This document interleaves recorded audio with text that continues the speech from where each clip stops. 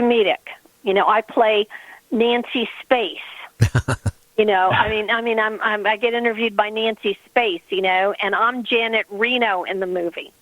So a zombie takes me out. So I don't like acting particularly, but I had just a good old time. And I think it's kind of nice to see a comedy where you don't see naked girls because they're somebody's daughter, and you don't have to hear the F-bomb because we know what it means already.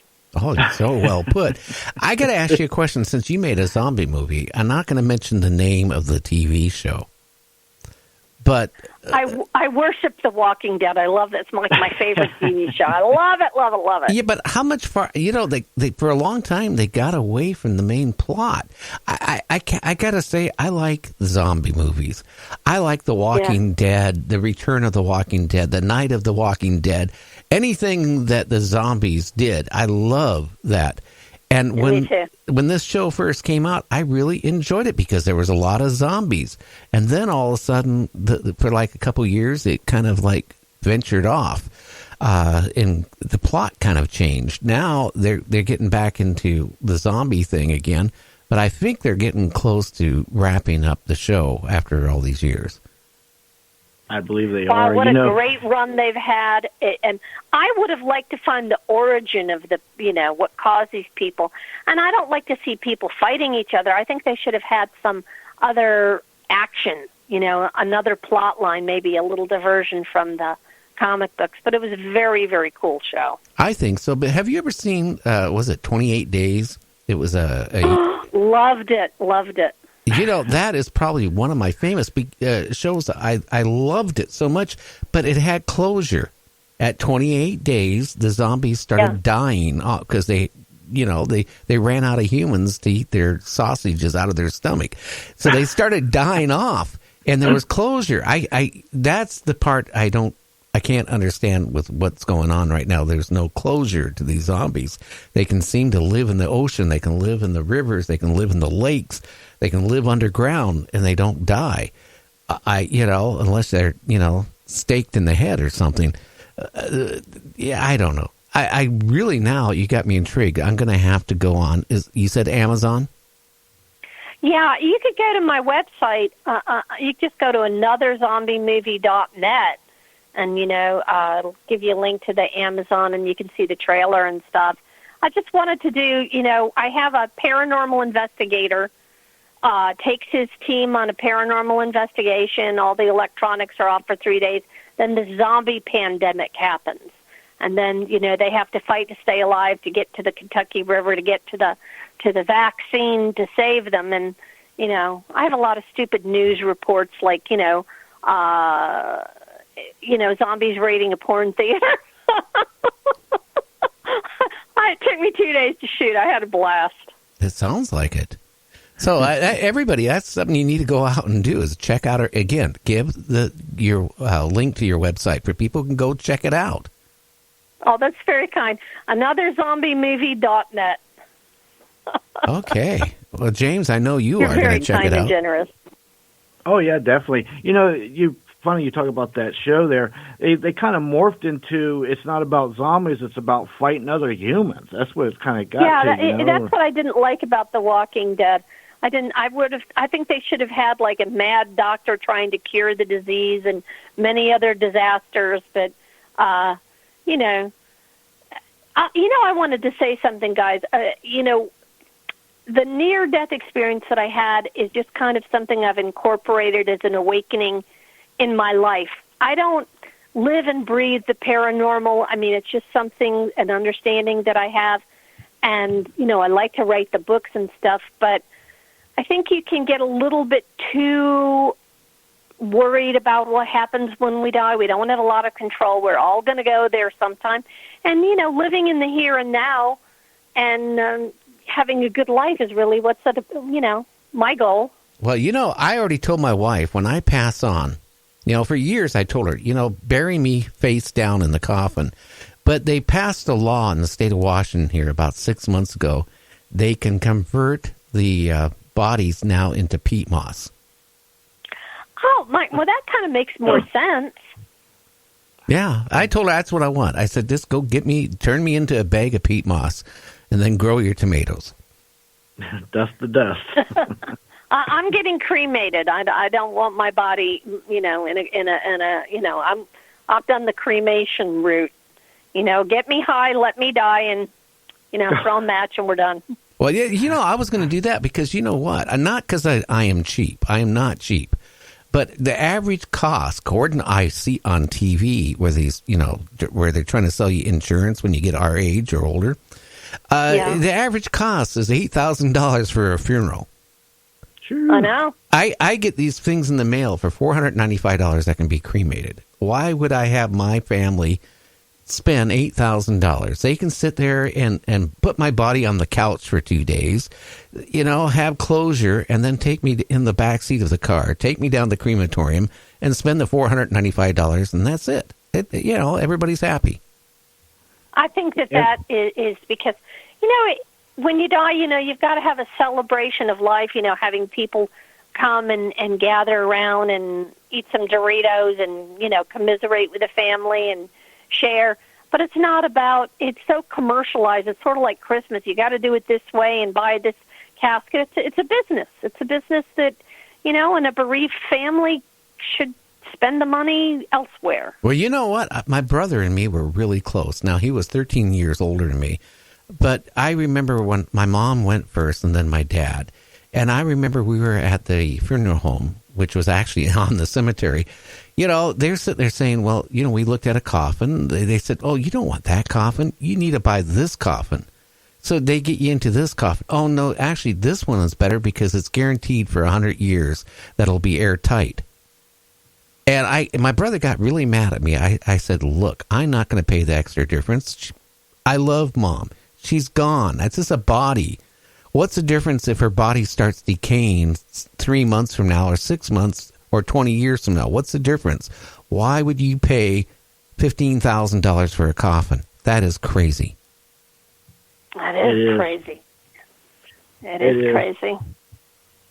Yeah, they play with your emotions. Again, they play with your emotions, and they distill these belief systems in our minds. Because you go around the world, there's people that they got the hanging coffins over in Indonesia or somewhere over there, and then they've got the one culture over there in the Orient where they bring them home. They bring the dead home, put them on the couch. They got their own bedroom and everything, and they build them. Yeah, they build them houses and everything. So. It's a shame. Again, they work on your emotions, and it's nothing more than a meat suit that we use from this time frame to the next. So they make you feel guilty if you don't do it. Just like even with the gravestones. Oh, you want this gravestone because it'll last for hundreds of years. Well, you know what? I hate to say it, that when a person passes on, how many generations of their family are going to come to the cemetery and on a weekly basis and say, hi, great grandmother? That doesn't happen. I'm sorry. I guess I look at death different. I mean, enjoy your life while you're here. Do the best you can. And when you pass on, hey, there's closure there. And that's the way it should be. Right. Yeah, I think that's a very healthy attitude that we all should take. Yeah. I agree. Now, your second book and your third book, we got like about 6 minutes. Why don't you tell the listeners about those two books? Well, Throwaway Horses is about a haunted horse slaughterhouse in Alchulucola, Florida. And Sharon Landry is trying to solve her sister Debbie's death. And we do have ghost horses. We have some real big excitement and a wonderful mystery that spun out. And the lead character, Sharon Landry, had a near-death experience as a child and came back with psychic abilities that she'd always tried to deny until she has to channel them to solve her sister's murder. And in Reincarnation Connection, a character from the first book, Tess Hamilton, is gorgeous, beautiful. She marries the wrong man. And after they have this tumultuous fight, she takes a pill. She has an anaphylactic allergic reaction, and she dies from just a common medication hours after she's had a terrible fight with her husband. And she goes to this place, and she sees in tandem, first person and as an observer, her life as Abigail Cantrell during the Civil War, and she realizes she's married the same husband, the same man with the same set of conflicts. And there's a murder mystery when she comes back that she teams up with a Civil War historian to solve the murder mystery that took place, the murder 100 years ago. And there's a lot of excitement, and Tess is vibrant and interesting after she has her near-death experience, because she brings back some of the traits and talents of Abigail Cantrell. And I write for women, and I write vivid, and I have horses in my stories and a lot of romance. But, most of anything, I take you into the characters, and you understand them. And I have characters that are older, that are parents, that are, not the 20-something, that are interesting and have a rich, vivid background. So I take you into this whole horse world of Middleburg, Virginia, surrounded with mystery and near-death experience. And there is some ironic humor in it, too.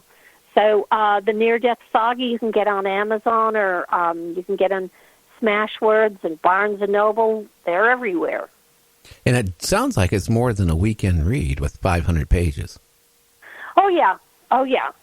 And each, I'm hoping my whole goal is to have it made into like an HBO series. That's the way I've written it.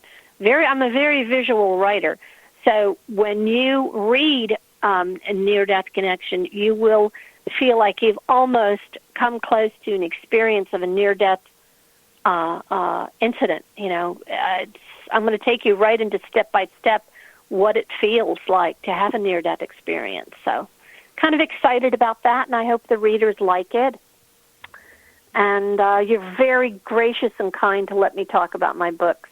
Thank you. Well, hey, that's what you're here for, and that's what I'm here for.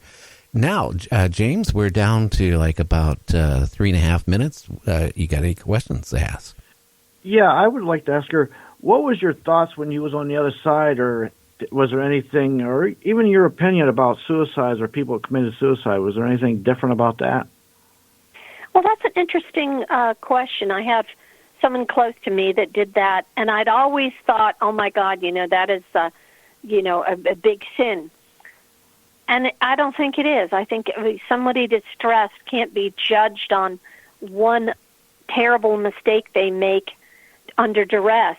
There is, when someone has done something catastrophic, when you transition over, there are places and other souls that will take you to places that are great healing occurs. If somebody's mentally ill, that gets sorted out. If somebody is distressed, they've done a suicide, there is great forgiveness, love, and healing. It doesn't happen overnight, it's work. But there are souls that devote themselves as helpers, not angels, but as former beings of physical reality. And they're very, very wonderful. I've seen one and talked to him, and it was very emotional for me, and he tried to help me. So I know that they're there. Oh, wow. So, what did he say to you? Well, I was sick and had I guess you'd call an out-of-body experience, and I asked for help, and he gave me very limited healing, but he gave me some healing, and it was just, he looked like a monk, I can tell you that, and it was at this beautiful place. So, yeah, I think it's pretty, I felt very loved. I felt very loved.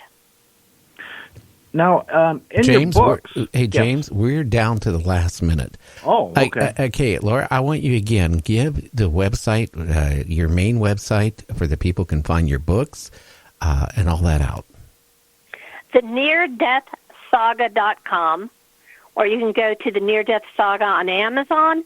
We've got Near Death Connection, the first book, then Throwaway Horses, and Reincarnation Connection.